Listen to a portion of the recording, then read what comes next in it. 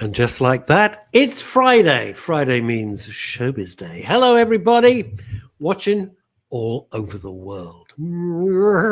I'm Russ Kane. This is the Midday Show. It is Friday, the something of October, 24th of October.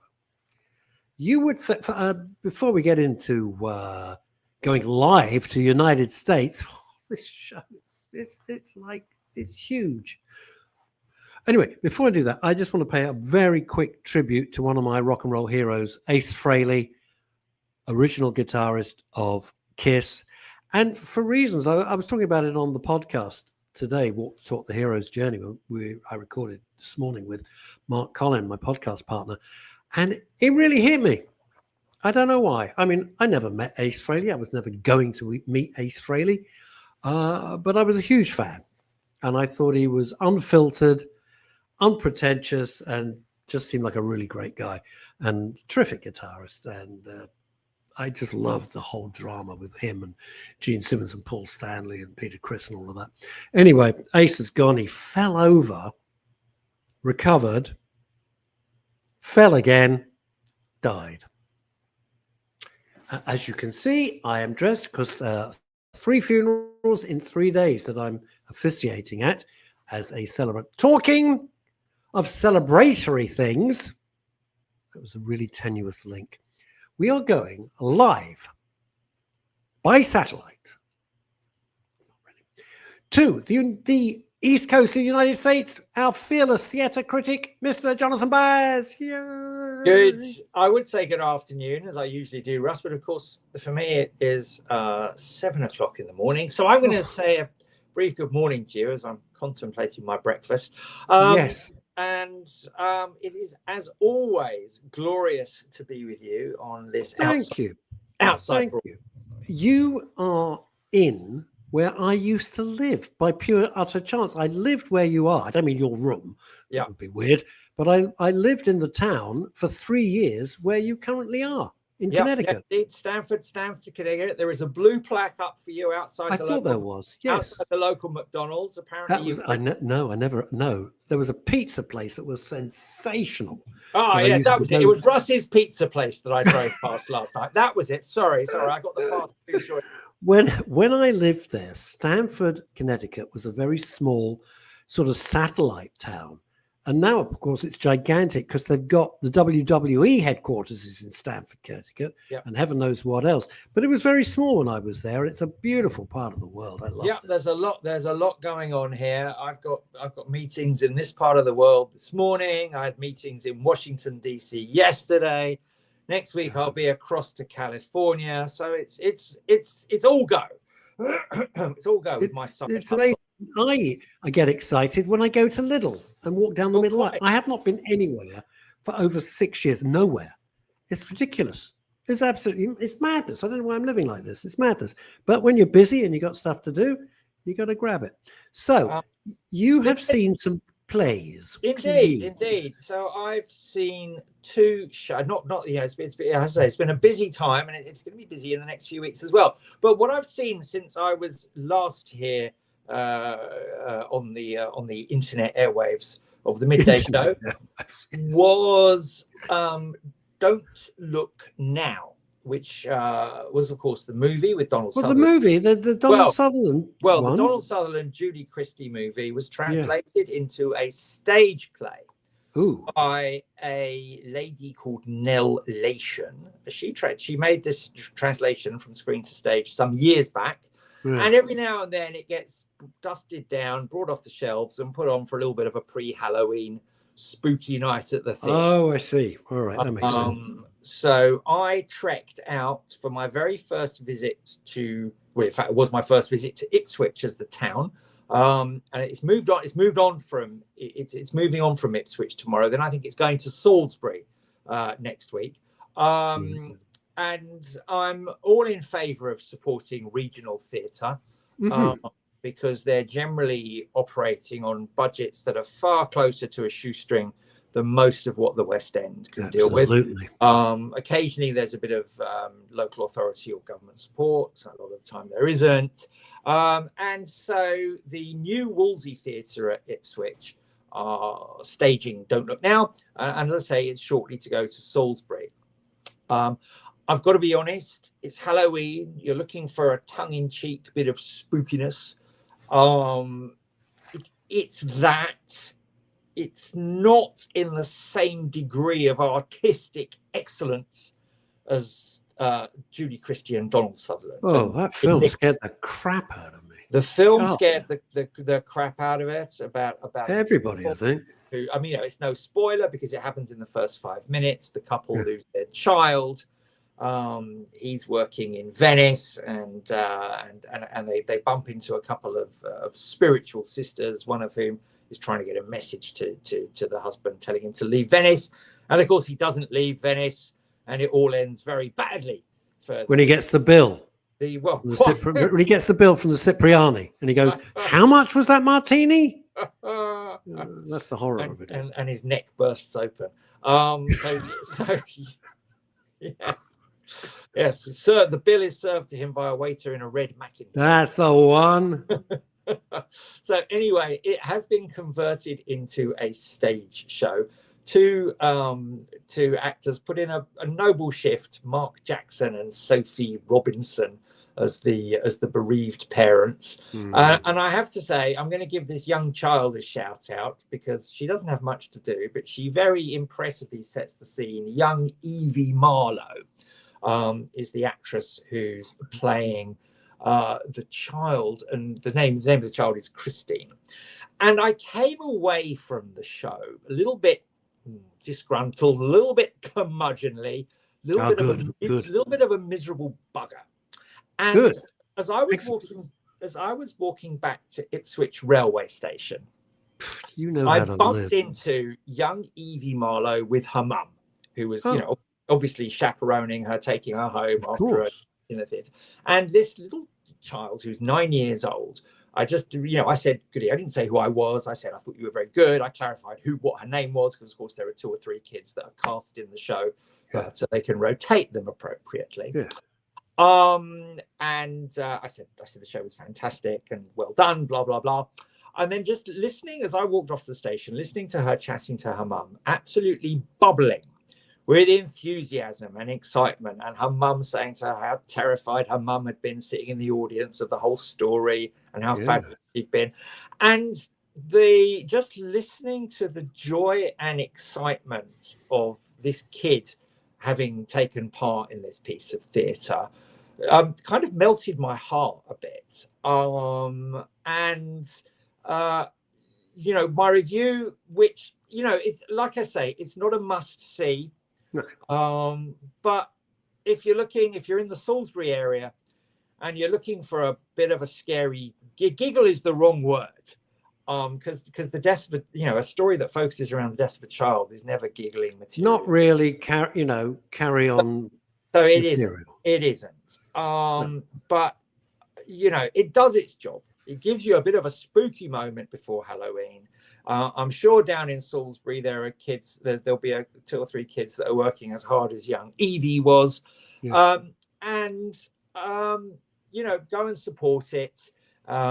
It's creative work. It's not the best theatre, but and I have to say, if you're going to see it regionally, you're not going to be paying silly money either to see it. You're going to see a cast of half a dozen people working their socks off, telling a story, and that's what theatre is all about. I always question why they do a stage adaptation of a film that was that good, that iconic, because as they always say, comparisons are odious. I get that. But you're always going to say, well, it's not Donald. Oh, that's not Julie Christie, and that doesn't look like Venice. I get that. I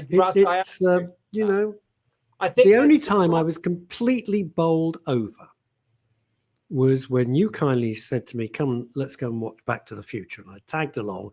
My expectations were as low as a limbo dancer, and I was blown away. I thought it was sensational. I got that because they turned it into a musical. If you'd have pitched it to me, I would have said no, and it was tremendous. So, but I don't ever get, movie adaptations. I get that, Russ. I get that. I think producers will like the idea of it because you've got a banked concept that the audience have got a rough idea of what they're in for. And if you can ride in on the coattails of a success, I mean, something that worked brilliantly. And this was before my reviewing time with this show. Yeah. Was anyway, it was themed around the movie, which was The Shark is Broken, a play about the three guys sat on the boat while Jaws was being filmed. I wanted to see that so bad, and life got in the way, and I missed it. And I Written- really wanted to see that. Written by Ian Shaw, Robert's son. And of course, it's not Jaws on stage. Let me be quite clear. That is what it is not. What it is, though, is you know, the set is the Orca, or the stage set the Orca. You've got three actors, one of whom Ian Shaw playing his dad, Robert Shaw. And Oh my God, he plays his dad. And I have to tell you, 2 minutes in, and you're looking at Robert Shaw. It is that I'm getting chills now remembering. Yeah. Because he's got the facial mannerisms of his dad. He puts on the hat. What an actor he was, and He puts on the hat that Quint wears in the movie. The two guys who are Roy Scheider and Richard Dreyfuss are great. You believe in them as well. But as far as the Robert Shaw character goes, it's just terrific. And he's written it from his dad's diaries, from Carl Gottlieb's great book, The Jaws Log, etc. And that was a fabulous tribute to a movie. I guess much in the same way as The Motive and the Cue last year at the National and in the Another thing I missed that I really wanted was to a great see tribute to a New York production of Hamlet. So sometimes it can work. And then, of course, you get the transitions, as you've just said, where they actually take a movie and turn it into a stage. Well, I suppose Sunset Boulevard. Sunset Boulevard, you said, what, set it to music? Well, Who would have thought? And it worked fantastic. It was tremendous. I loved it. But a good few years ago, gosh, there was a stage version of The Exorcist. And luckily, The Exorcist revolves around the supernatural. Of course it does. But it also revolves around a real human serial killer who's getting up to all badness in Venice. Yeah. The Exorcist is pure devil. It is pure evil. So it is pure hokum and fantasy. The movie was terrifying. And what was particularly glorious about seeing this show in Birmingham, and I think it did come down to London a year or two later for a brief Halloween run. You'd have members of the audience dressing up as Jesuit priests, etc., etc. The cast were brilliant, and the special effects were fantastic. She vomited green stuff. Her head spun around. They did brilliant tricks with light and dark. You know, the illusionists and the special effects team and the projectionists team really went to town on, you know, I'd you be had terrified to laugh because the effects were so good that they were. It was just. I'd be so scared. I mean, you talk about rehabs and rehashes. I watched this week on the plane. I downloaded it. Eli Roth, who's not everyone's cup of tea as a director. Yeah. Eli Roth did his debut. 15 years ago was Hostel, which is very, very gruesome torture. Details. No, thank you. So you. it turned out a few years ago, he turned his hand to Death Wish, did a remake of the Charles Bronson Michael classic. Why? With Bruce Willis. It was only filmed 7 years ago. So Bruce Willis, as a surgeon whose wife gets killed and daughter gets brutally injured in a robbery that goes wrong, and he takes it on himself to be vigilante. The story, believe me, you didn't need to exercise your grey matter too hard in watching this.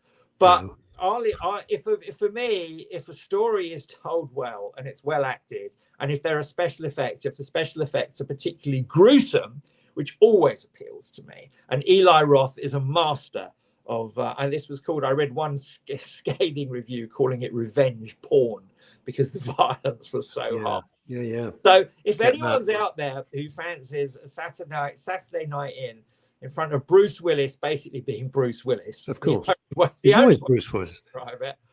It's like Jason Statham. He's always Jason Statham. But you know what you're going to get with Jason Statham. You know what you're going to get. He delivers every time. This is Bruce Willis being Bruce Willis as a doctor who's able to administer some really pretty gruesome medical tortures on the people who've wreaked havoc on his family. Indeed, Paul Claridge is speaking very eloquently about the press night of The Exorcist, which you've got there. I'm going to disagree with him. He's saying, but the production, I'm guessing he means to say, was not that great. Well, you know something, the production was fun. So I think, Paul, you need to lighten up a bit. You go and see The Exorcist on stage. What do you expect? You're not going to expect the freaking movie. You know it's Halloween. You know it's tongue-in-cheek. The special effects were just top-notch. Do you know what? I never realized, Jonathan, that people would put on theatrical runs to coincide with Halloween. It never occurred to me, because I always try to avoid everything about Halloween, because it's an American import we just don't need. But we've got it. There you go. Yeah, I mean, Eli Roth 2 years ago had a movie called Thanksgiving, which tied the American theme of Thanksgiving, which also coincidentally, of course, got nothing to do with Halloween, because in fact, when the Halloween decorations come down on November the 1st, the Thanksgiving decorations go up in the United States. It's bizarre. They're obsessed with it. They're obsessed. We do Christmas quite well, but over here they go to town on it. So yes, Halloween movies are well, I mean, I guess it was John Carpenter who started the genre with Halloween. All those years ago, and the entry into our lives and our psyches of Michael Myers. Was it Michael Myers, the lead? Horrific character in that. Not to be confused with Mike Myers, obviously.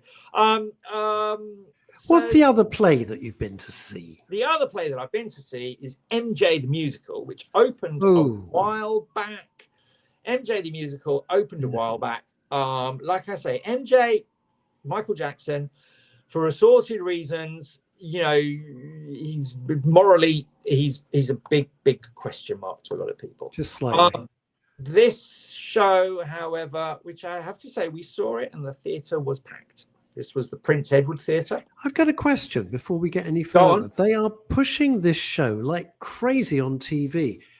So many of the ad breaks across the channels have got adverts for this show, which either means it's doing great or it means they need to put bums on seats. Well, it's running in London until February, then about to go on tour. We were, the press were invited in for moments such as this to give it a bit of a puff, a bit of spin. I hadn't seen it. I was out of the country when it opened a year or two ago, more than 1 year, that's for sure. Yes, it's a couple of years. And it completely skirts any of the huge. I wonder why that hang over Michael Jackson. It avoids them. It does look at his family, at his upbringing, and of course at his songs. It's a brilliant cast of singers and dancers. And whilst there are signs up everywhere, the theatre is plastered with signs saying, please do not sing along. Don't spoil it for the cast and your fellow audience members. But they all do. No. To be fair, they say there is a finale at the end when you are welcome to stand up and, join in after the cast have taken their bows. And what I would say is if you're an individual that's prepared to recognize a person's art, and it's very much a personal decision. Michael Jackson is not a convicted criminal of the allegations against him. No, it was O.J. Simpson.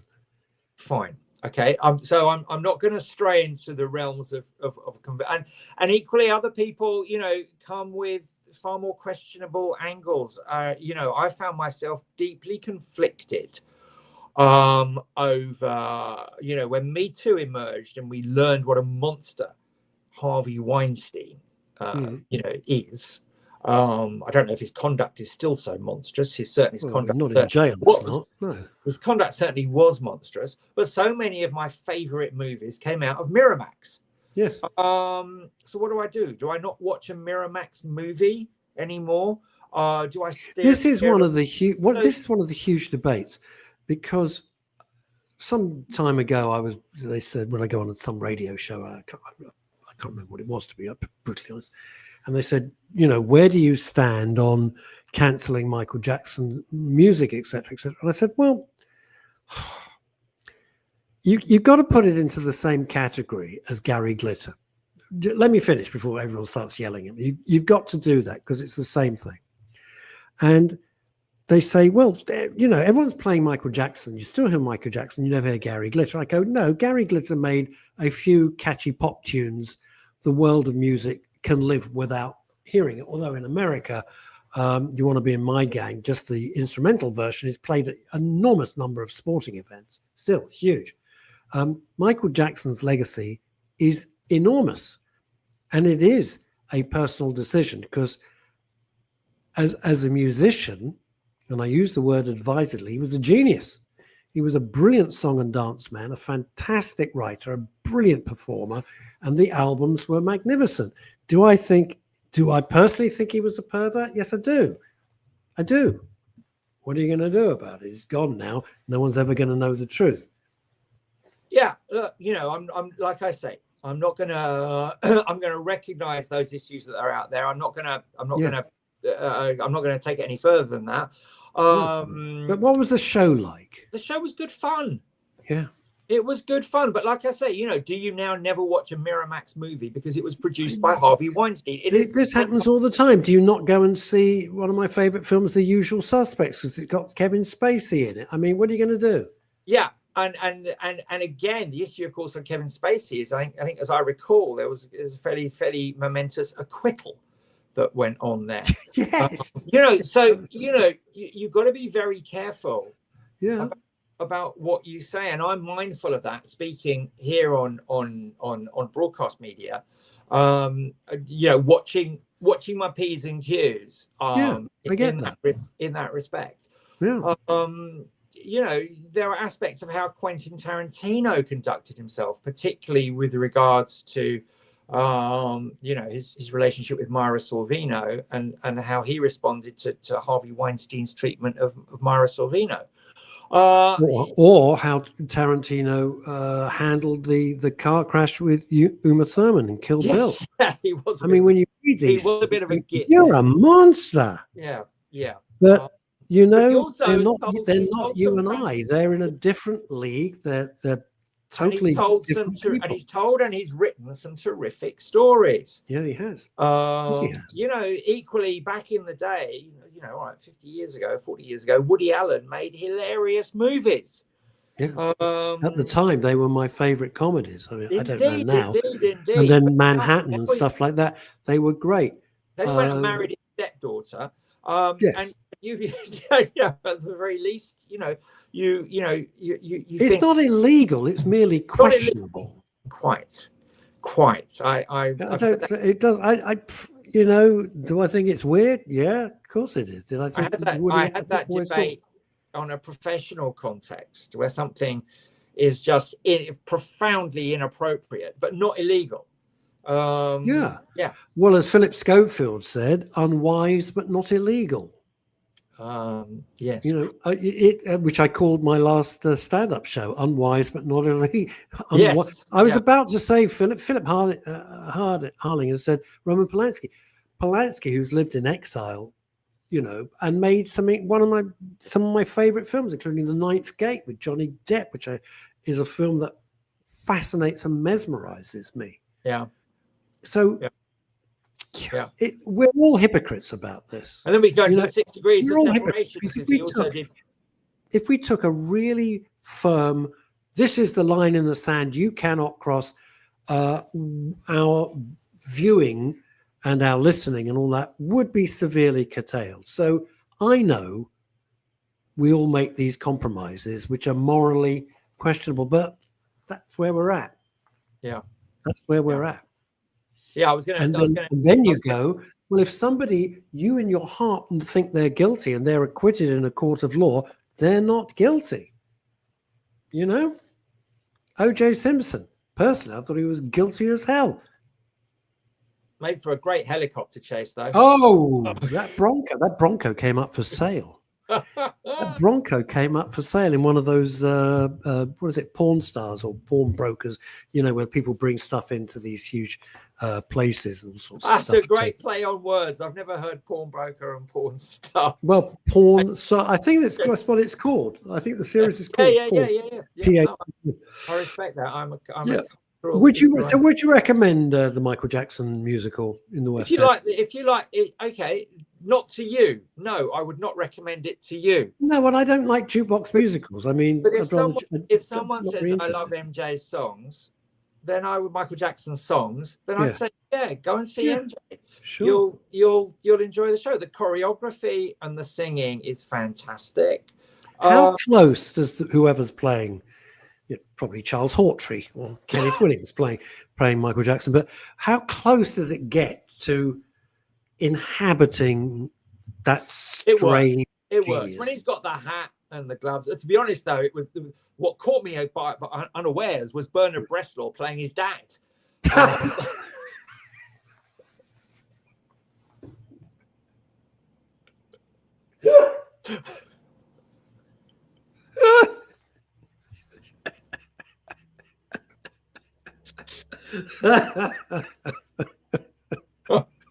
Bernard Bresslaw as Michael Jackson's dad. It's a thought. It's the funniest thing you've ever said in the years I've known you. Listen, mate, you set that one up, and That's a classic.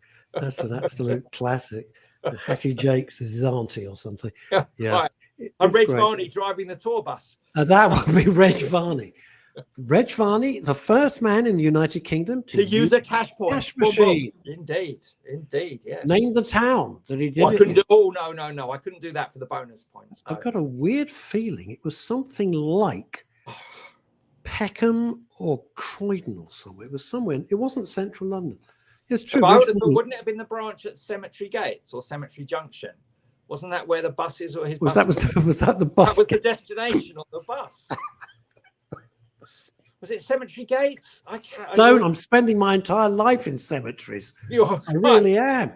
It's extraordinary. Anyway, I want to give a quick plug to a conference that I spoke at, an event that I spoke at last weekend, which was the Battle of Ideas. Oh, yes. Which has been around for about 10 years or so. It's a forum of largely political debate, but across the full spectrum. Of all ranges of opinions, and when it comes along next year, I'm not just recommending it because I was one of the speakers, but it's a chance to hear some really fascinating thinkers of our time. Claire Fox set the whole thing up. Is it in a theatre or conference centre? It's in Church House, just behind Westminster Abbey. It occupies all sorts of theatres and lecture rooms and conference rooms. People like Andrew Doyle, Alison Pearson, in previous years, Graham Byrne, spoken. I don't know if you've seen those brilliant internet little clips of a no-rainer with Angela Brainer. Have you seen those internet memes where a very clever internet parody comedian who goes by the name, her stage name is Intel Lady, brilliant satirist. Do you know Andrew Doyle? Yes, of course, Titiana McGrath. So Andrew Doyle chaired a session on comedy and politics, and it was just inspiring. So I didn't take part in it. I wasn't a panelist. I was in the audience, and to listen to some of our funniest people talk really openly about politics, about how it works, about where do you draw the line, etc. It was great. So when the Battle of Ideas comes along, it's worth Googling. It happens typically in the second half of October most years. Okay. And it is an action-packed 2 days of really interesting people. And you hear opinions that you either think that's amazing, or you also hear opinions you think, good Lord, that's absolute bullshit. Yeah. And what's nice is there's debate and there's intercourse from across the crowds. There is impeccable courtesy. Don't be daft. You go great session on should Palestine action be banned or not. but actually conducted in a manner of decent, civilized discourse, and a raft of opinions on that matter. So that's the Battle of Ideas, and it'll be back next year. Fantastic. In the autumn. I am delighted that you joined us live from Connecticut. Always the fascinating thing is the picture and sound quality is the best ever.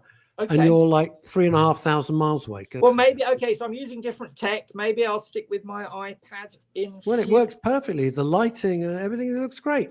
Okay, good. Well, if you're great trip, safe journeys. If you're flying me out here every 2 weeks, I'll do it with pleasure. Oh, consider it done. No problem. Deal. No, okay, no problem. My agent will be in touch.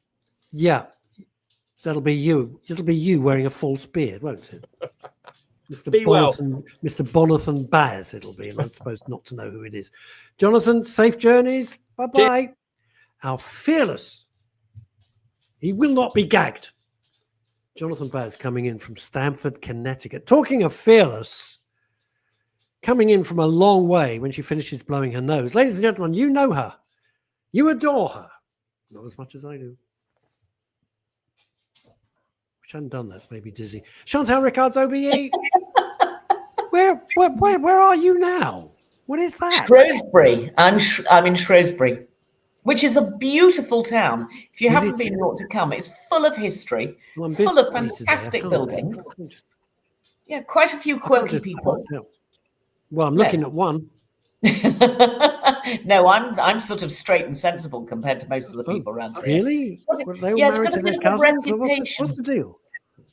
I'm on my way to North Wales for the weekend, and I needed somewhere to stop to do the show. So I came up to stay with a friend last night, and here I am. And at 1 o'clock, I will get in the car and drive to Wales. I feel so embarrassed. Jonathan gets up at the crack of dawn from the East Coast USA to do the show. You stop off and stay with a friend to do the show, and I just sit at the table and do the show. Well, there we are. Although the moment it's finished, I am leaping, as you can see, tie already, everything ready for third funeral in 3 days. Oh my goodness me! Been a bit busy on the old celibate front. 2 next week as well. So there we are. It's good Lord. And we're not even into the winter season. No, we're not into the winter season. But has it been a good week, or has it been a somber week? Or no, look. People have passed, so it's never going to be, full of laughs for the family. But the families have been delightful. The best thing is that they were very pleased with what I did, which is all that matters. I was there to figuratively hold their hands throughout the whole process. And for me, is that the services reflected the people who had departed and were correct. So that means a lot to me. It means a lot to the family, but it means a lot to me. I do put my heart and soul into it. I don't just do it. People say to me, well, you go to so much trouble. I go, well, yeah. Yeah, I know. You could get, people say, why don't you get I've had people say, why don't you get ChatGPT to write the eulogy? I say, because that's disgusting. This is the final thing. This is a summation of somebody's life. No, but you're also a writer, so you're playing to your strengths. You're very kind. You're very kind. I got to say, talking of TV, coming away from things funereal for 5 minutes of my life, if I could. Traitors. Holy moly, is that good? And you haven't seen it. I know, I can tell. But I got to say, my daughter, who's all things TV, said, Dad, you've got to be watching Traitors. She's been saying this for years. And I go, I can't be bothered. And I've tried at least 3 times to get into Traitors. I thought, this is pants. Not interested. Gave up. Completely gave up after about 10 minutes. I thought, I can't follow this at all. And I started to watch Celebrity Traitors. Yes. Oh, it's as addictive as anything that's addictive. It's incredible. Okay. Just give me an upsum. Just tell me what it's all about. Okay. A group of people, I can't remember how many people, maybe it's 20, maybe it's slightly less. A lot. Big cast. Go to this beautiful castle in Scotland. The castle's sensational. The interior rooms are magnificent. The scenery all around the castle is sensationally good. Claudia Winkleman hosts it, does a great job, as always, because it's my Claude's. And of the people in the castle, Yes. 3 people are traitors. To what? I'm getting there. I'm getting there, Mrs. Impatient. You're going to be banished from Shrewsbury if you keep this up. Shrewsbury. Whatever. It's north of Hampstead. I don't care. So, Okay. right. 3 people are traitors. The rest are what they call faithfuls. Okay. The traitors lie and deceit and every night murder somebody. I mean, not literally. The person goes to their room. And there's a scroll with a red wax seal, and by order of the traitors, you are hereby murdered, basically, paraphrasing. And they're out the game. They're done. Okay. Added to that is every night they have a round table where everybody sits and expounds their views on who's the traitor, and they have to vote somebody out. Well, with the celebrity traitors, they are so hopeless that all 3 traitors are completely safe, and all they've done is banished everybody was the good guys, the faithfuls. So you as an audience member, because you see everything, and obviously the contestants don't, you as an audience member, you're sitting screaming at the television, how could you be so stupid, you thick ass? Of course it's him. Well, of course it's her. Can't you see it? But they don't, and they get it. So it's the sort of panto behind you type moment. Well, it's a bit more subtle than that. It's a little bit. It doesn't sound very subtle. Oh, it's really no. It's really good in terms of human reaction and how people in this show. The 3 traitors are Jonathan Ross. He might as well just have a big sign on his forehead going, "I'm a." I mean, he dresses like a villain. So bloody obvious. Alan Carr, who can lie and deceive, like it's extraordinary. It's extraordinary. And a singer-songwriter called Kat, who I don't know who she is, I'll be absolutely honest, and she is playing a blinder of a game. Right. Because it's bluff and double bluff. So and how do you get to kill people?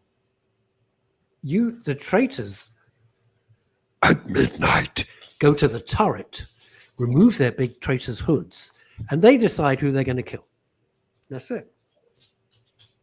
Okay. So they'll get rid of people who they think is a threat to them to uncover them, or the old double bluff. Okay. Right. It sounds complicated. I'm not quite sure why. I'm not. That's because you asked me to explain it.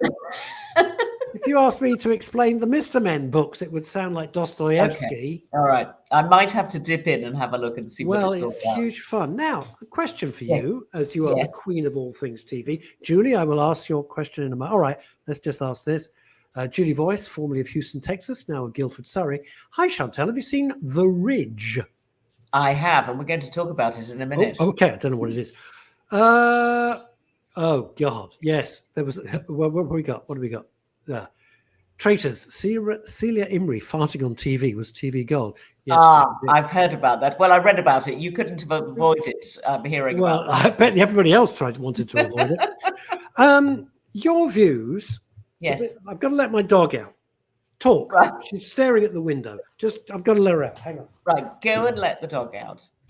I thought you were going to ask me my views about farting on television, but probably not worth even responding to that. Sorry. Sorry. I'm back now. I love the real life of Russ Kane.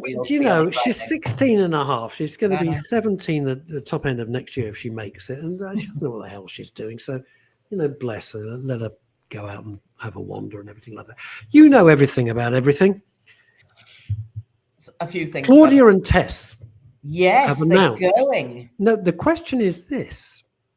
I've got my own theory, but I'm going to be very careful because I don't want to get sued. Okay. Why announce it a third of the way through the series, not like at the end? Why now? Possibly because the press were going to announce it and somebody had found out about it. Yeah. It feels very odd to have announced it right now. I'm not very peculiar. Sure. Unless there are production issues and they're trying to prepare for the next Strictly, but that's not till next year anyway, is it? No, it won't be till towards the autumn of 26 if it lasts another series.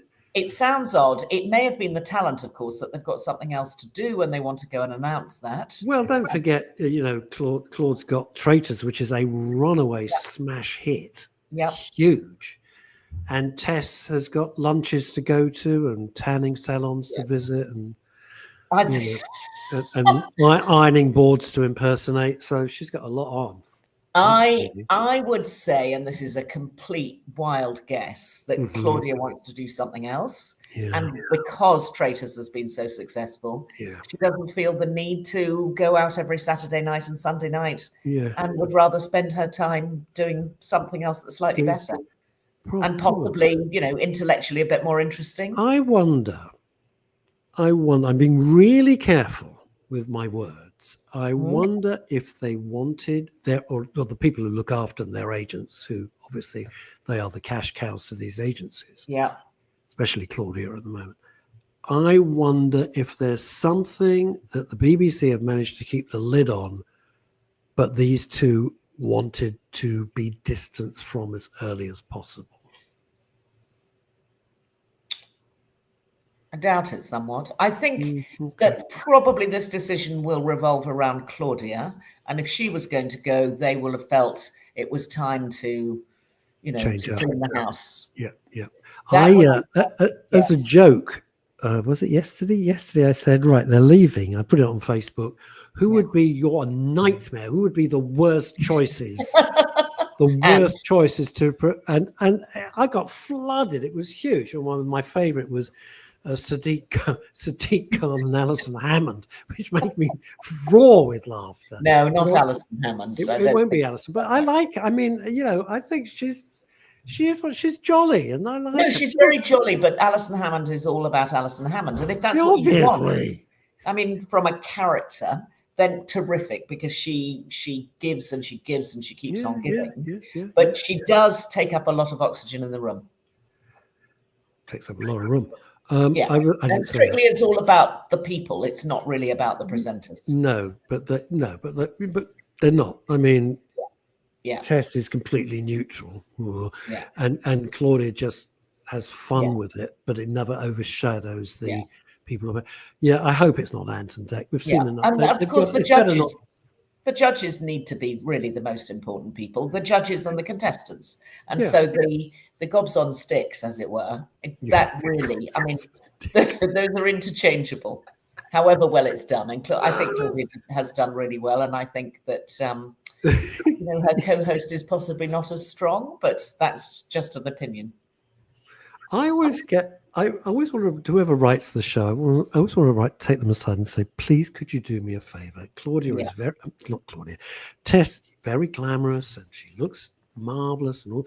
Please don't give her any comedy to do. Please, please, I am begging you, please don't give her funny lines, because she can't. It's not her strength. No, it's not her strength. And Claudia is so super smart. I mean, intellectually, she's so in the space. Went to Cambridge and got a pretty good degree from memory, and I've worked with her, but very, very briefly. Her mum, of course, worked with me on Through the Keyhole for 1,000 years. And Claudia came on as a panelist a few times on Keyhole, so I know her a bit, and she's absolutely charming, and she's got a mind like a razor. Yeah, I bet.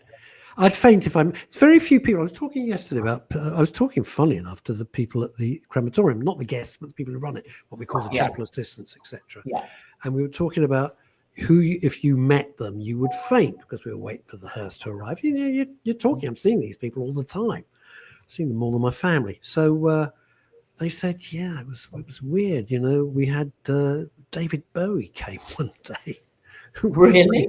It was a very quiet funeral. I'm not going to say who it was, and they chose a Saturday, so it would be really, really quiet, because it's not open on Saturday. They open especially for a Saturday. And Bowie came with Imran, and Drive-in Saturday. Yeah, it was drive-in. So very good. It was just And I said the only person I would faint if I met would be Paul McCartney. I wouldn't know what to do if I met Paul McCartney. I would I'd faint. I'd just like an idiot. I couldn't. We'll have to make it happen. No, please don't. I would be so overwhelmed if I met Paul McCartney. No, I couldn't. You've met tons of people. For I goodness know sake. that, and they mean nothing to me. I meet them in your house. Obviously.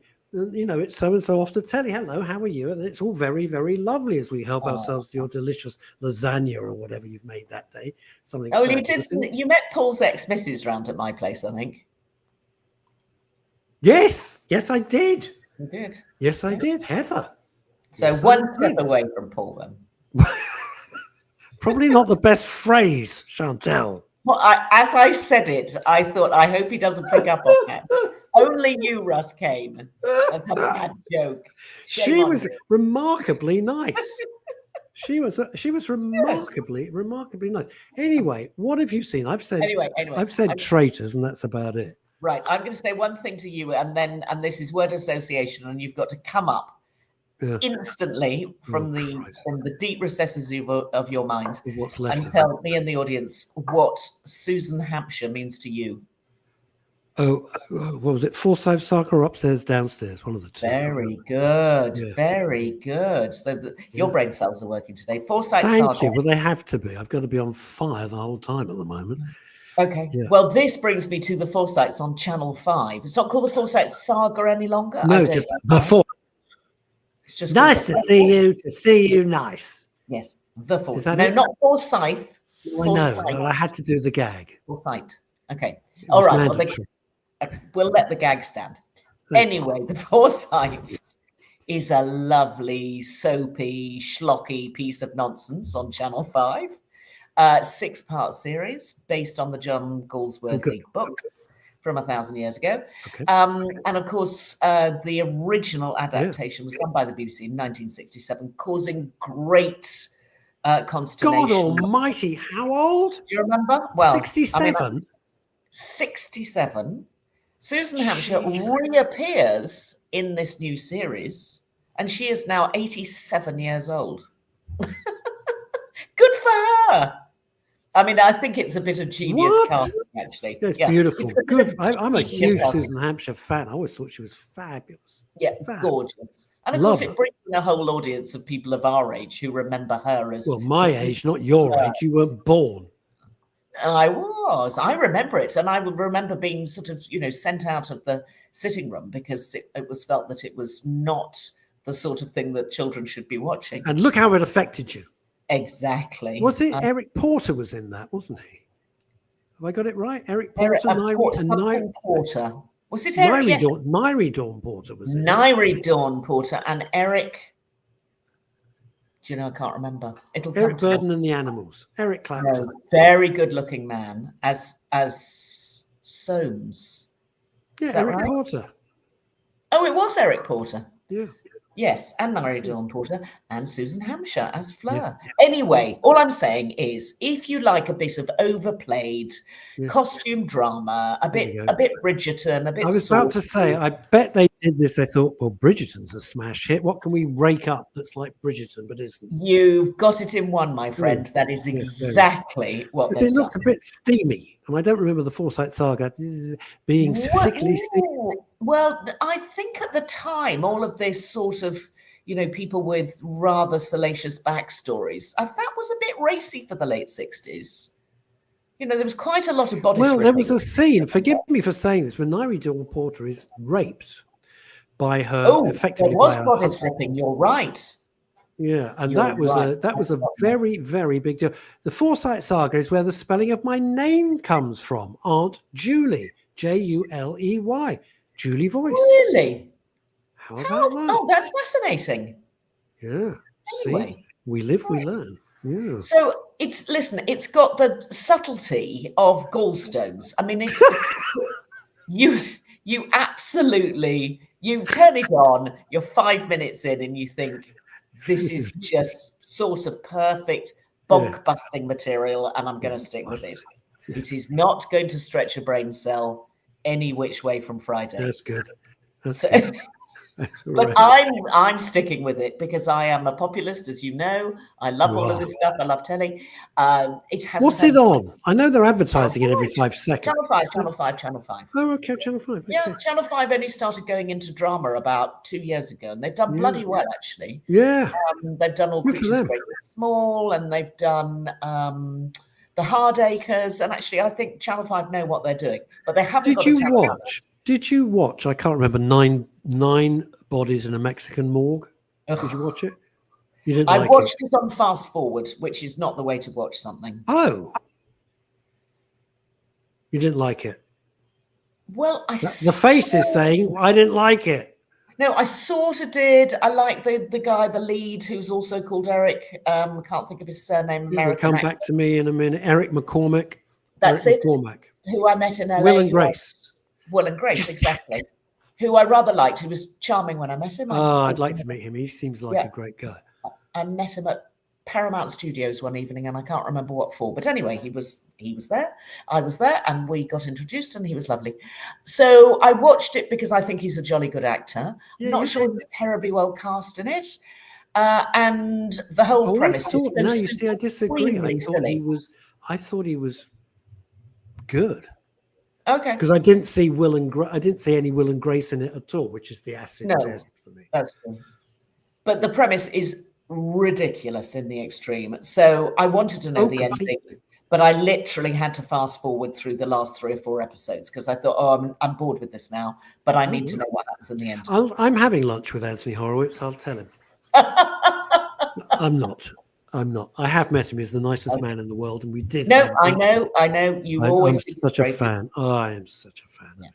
And no, it's a big deal for Horowitz. There's a lot of money was spent on it, but it's a very strange title. It felt very odd being on the BBC. I think that was one of the things that slightly missed. Oh, why? I didn't really care what platform. Why? So if you'd have been on Netflix or Amazon, you'd have been okay with it. Yeah, it was slightly too American and too glossy for the Beeb. It was very American. It was very, very American. Yeah. And it was written in a style so unlike the rest of Anthony Horowitz's stuff. There was nothing. If you'd have said if I didn't know, I would never in a million years have guessed he wrote a British writer. Ever. No, not at all. Yeah. It was really exceptionally American. But BBC Sunday night, that it's just odd for that sort of show to be on telly because Sunday night feels like Britain. It feels like scones. Antiques Roadshow. No, not Antiques Roadshow. Exactly. What's it called? MasterChef, Antiques Roadshow, all things Antiques British. Roadshow. Yes. Yeah. Antique Roadshow. Yeah. Anyway, so I always wait for the last one on that. The thing to do, if you can't be asked to sit through the rest of the Antique Roadshow, I like Mark Smith with all the war memorabilia. Yeah. I met him; he was charming. Is you wait for the last item because that's going to be when they go. Any idea how much this is worth? No, not really. Well, you're going to get, and then we go. Well, I will tell you very briefly that I bought a picture for £10 in the charity shop last week, and I have sent it to Christie's. You are kidding me. No, I'm not. What? So if it turns out to be worth millions of pounds, we'll never see you again. Yeah, that'll be that. That'll be the end of my dinners in Wandsworth. It just didn't look as though it really should have been on the wall in the British Heart Foundation shop in Wandsworth. So I thought I would give it home. Are you allowed to say? No, I'm not telling you anything. You didn't say Mr. P. Icasso. Mr. V. Goff. No, it didn't. Mr. Rue Benz. No, most of the things on my wall have got IKEA labels on them, and this one definitely. I have noticed that. I wanted to talk to you about that, frankly. You're not just letting yourself down; you're letting the area down, Chantal. The whole area. No, you're right. And I really bought it for the frame. What else have you seen that's any good? Right. Well, Julie was asking about The Ridge. Oh, yes, The Ridge. I've never even heard of it. No, first 2 episodes started last week. Do you know that fabulous actress called Lauren Lyle, who was Karen Pirie on ITV? Oh, Karen Pirie. Yes, Scottish. Blonde hair. Yes, Scottish. Really good. I mean, you can't stop watching her. She's That Karen Pirie thing, only because they advertised it so much. So I watched series 1. Yeah. She's good. Anyway, she's really good. It's her, and you can't take your eyes off her. She's Slightly, very good. You slightly don't like her, but you correct. You want her to succeed, but in spite of the fact that she's a little irascible. Here, she's a flawed human being. Of course, they make the best characters. She is a doctor in Scotland, and she is about to get on a plane to fly to her sister's wedding in New Zealand, a sister that she's sort of half fallen out with over the years. They haven't been terribly close, possibly because there's a whole family backstory that is going to, be revealed. Anyway, she is on the plane, on the way, or just about the plane taking off. She gets a message from her sister going, "Help me, help me." And by the time she lands, about 45 seconds later, in the TV show, her sister is no longer. So they need a celebrant. Does she need a celebrant? She needed a celebrant. Okay, I could do it. I'd charge travel. I would charge travel costs, but then trouble from back in Scotland at the hospital follows her to New Zealand, which is a secondary story, but a good secondary story. Blimey. Which adds to the sort of intensity of the awfulness that this person is feeling about the death of her sister. And then, of course, one has to uncover the reason why. It's a good old sort of page-turning crime thriller, and you want to know what has happened and why. It's good. I've really enjoyed it. What's it on? It's on the BBC. Oh. Yeah, it's a co-production with, I can't remember who, in a TVNZ, probably. Oh, it's co-production with Michelle Vaughan Productions. Oh, could be Mel. No, she's definitely Australia. I know she's in Sydney, but she's opened up another. Oh, try and keep up. She's your friend. She's opened up production offices in Auckland. She's spreading like crazy. Okay. Crazy she is. Yeah. Now, very briefly, I want to tell you that a series that you and I both like the first series of, called Nobody Wants This, which is a comedy, has come back to Netflix. It was the story about a young bloke in Los Angeles who was a rabbi and I never saw it. Oh, you didn't see it? I never heard of it. It's a fantastic series on Netflix. Oh, okay. He's a rabbi. He falls in love with a girl who's a podcaster, and she's always talking about her sexual experiences. Oh, God. It's a slightly weird combo. And of course, nobody wants their relationship to work because he's a rabbi, and she is and I hope this isn't a rude word, but I read it in one of the reviews today. Is it shikster? Is that how you pronounce it? God. Is that a terrible thing to say? I hope it isn't. Anyway, kind of is. Gentile. I'll just say she's a Gentile. I hate that word. The word shikster is very is it rude? Pejorative. Oh, in that case, I apologize. It's a very pejorative. It's not a phrase that I would. No, you don't have to apologize because somebody wrote it. You're quoting what somebody read. I would never use that because it's a very demeaning term to a woman who is not Jewish. Oh, okay. It's simple as that. That's all it means. Okay. It's just shorthand, but it's not a nice description. Listen, it's a brilliant rom-com. It's on Netflix. Everybody's got to watch it. End of story. It's called Nobody. What's it called? Nobody Wants This. And it's like an old-fashioned rom-com, and the writing is fab. It's really crisp. It's really funny. Great stuff. Excellent. Yeah. What's not to like? What's not to like? I'll tell you something interesting. Well, I thought it was interesting. If you, this sounds weird. I'm digressing slightly, but it is totally about television. If you are not watching the screen and you're listening to like you're doing something else and you think, I can't be asked to watch this. It'll be on in the background. I've got other stuff to do. Yeah. Some of the shows, the screaming and the shouting and the carrying on, the sheer noise level, when it's taken out of the context of the visualization of it, is quite extraordinary. If you try and watch Strictly, if Strictly's on in the background, the noise level is insane.